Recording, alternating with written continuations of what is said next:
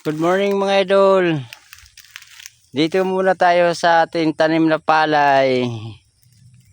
Ito na ngayon ang resulta ng tanim namin. Bali dalawang buwan na to.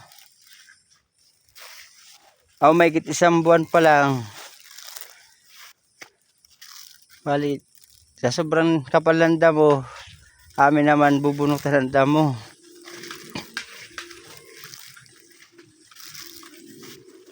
Kaya lang sobrang lang init. Uwi na muna kasi mainit na. Balik na lang mamayang hapon.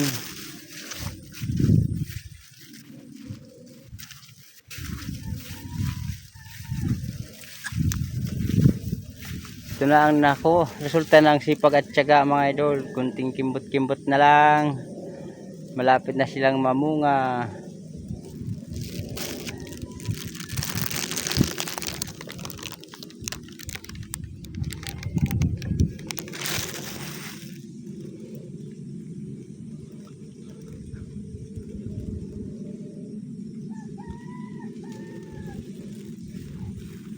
Kailangan talagang tiyagaan pagtanggal ng damo. Kasi pag hindi mo siya nalinisan, baka hindi siya mamunga ng maayos.